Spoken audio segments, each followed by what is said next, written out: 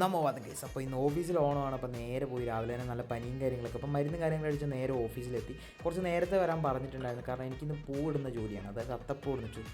അപ്പോൾ നേരെ പൂവും കാര്യങ്ങളൊക്കെ ഇടാനെല്ലാം സെറ്റ് ചെയ്ത് നേരെ പണി തുടങ്ങി. ഞാൻ രാവിലെ തന്നെ എത്തിയിട്ടുണ്ടായിരുന്നു. അപ്പോൾ നേരെ അതും കാര്യങ്ങളൊക്കെ സെറ്റ് ചെയ്തു. ഞങ്ങളുടെ ഓൾറെഡി ബ്രാഞ്ച് ആണെങ്കിലും ലോണിൻ്റെ സെക്ഷനൊക്കെ ഉണ്ട്, നല്ല രീതിയിൽ ആളും കാര്യങ്ങളൊക്കെ ഉണ്ട്. അപ്പോൾ എല്ലാവരും ഉണ്ടായിരുന്നു. എൻ്റെ ആദ്യത്തെ ഓണമാണ് യെസ് ബാങ്കിൽ. അപ്പോൾ എങ്ങനെ ആയിരിക്കും എന്ന് എനിക്ക് നല്ല ടെൻഷൻ ഉണ്ടായിരുന്നു. അപ്പം എന്തായാലും പൊളിയായിരുന്നു. എല്ലാവരുമായിട്ട് നല്ല കമ്പനിയും കാര്യങ്ങളൊക്കെ ആയതുകൊണ്ട് അങ്ങനെ അടിച്ച് പൊളിച്ചത്. കുറേ പരിപാടീസും കാര്യങ്ങളൊക്കെ നമ്മൾ സെറ്റ് ചെയ്തിട്ടുണ്ടായിരുന്നു, ഗെയിമും കാര്യങ്ങളൊക്കെ. അപ്പോൾ ഓൾറെഡി എനിക്കിന്ന് നേരത്തെ ഇറങ്ങേണ്ടി വരും, കാരണം എന്ന് വെച്ചാൽ ചേട്ടൻ്റെ കല്യാണം ആയതുകൊണ്ട് നമ്മൾ ഇന്ന് നാട്ടിലേക്ക് പോകുന്നതുകൊണ്ട് എനിക്ക് ചേച്ചിയുടെ അടുത്ത് നിന്ന് പോയി സ്റ്റേ ചെയ്യണം. എന്നിട്ട് നാളെ രാവിലെയാണ് തിരിച്ച് നാട്ടിലേക്ക് പോകുന്നത്. അപ്പോൾ നേരെ പോയി ഓണത്തിൻ്റെ പരിപാടിയും കാര്യങ്ങളൊക്കെ സെറ്റ് ചെയ്ത് നല്ല സദ്യയും കാര്യങ്ങളൊക്കെ സെറ്റ് ചെയ്തിട്ടുണ്ടായിരുന്നു. കുറേ ഗെയിംസും കാര്യങ്ങളൊക്കെ ബ്രാഞ്ചിൽ സെറ്റ് ചെയ്തിട്ടുണ്ടായിരുന്നു. പിന്നെ ഞങ്ങളുടെ ഭീമൻ്റെ ലാസ്റ്റ് ഓണാണ്, ആൾ ട്രാൻസ്ഫർ ആയതുകൊണ്ട് മാമും കുറേ സെറ്റ് ചെയ്തിട്ടുണ്ടായിരുന്നു പരിപാടീസ്. അവിടെ എല്ലാം നല്ല ആടിപ്പൊളിയെ ഉച്ചയായപ്പോഴത്തേക്ക് എല്ലാ പരിപാടീസും ക്ലോസ് ചെയ്ത് അതിൻ്റെ സദ്യയും കാര്യങ്ങളാണ്. അത് കഴിഞ്ഞിട്ട് നമ്മൾ കുറേ പാട്ടും മേളവും കാര്യങ്ങളെല്ലാം സെറ്റ് ചെയ്തിട്ടുണ്ടായിരുന്നു. ഞങ്ങൾ നല്ല രീതിയിൽ എൻജോയ് ചെയ്തൊരു പരിപാടിയായിരുന്നു. അപ്പോൾ നേരെ ഇനി സദ്യ കഴിക്കാനാണ്. സദ്യയും കാര്യങ്ങളൊക്കെ കഴിച്ചിട്ട് ഞാൻ ഇറങ്ങും, കുറച്ച് നേരം കൂടെ നിന്നിട്ട് ഇറങ്ങും. നേരെ ഇനി വീട്ടിലേക്കും കാര്യങ്ങളൊക്കെ പോകണം. നമ്മൾ കുറേ ഗെയിംസും കാര്യങ്ങളൊക്കെ സെറ്റ് ചെയ്തിട്ടുണ്ടായിരുന്നു ബ്രാഞ്ചിൽ.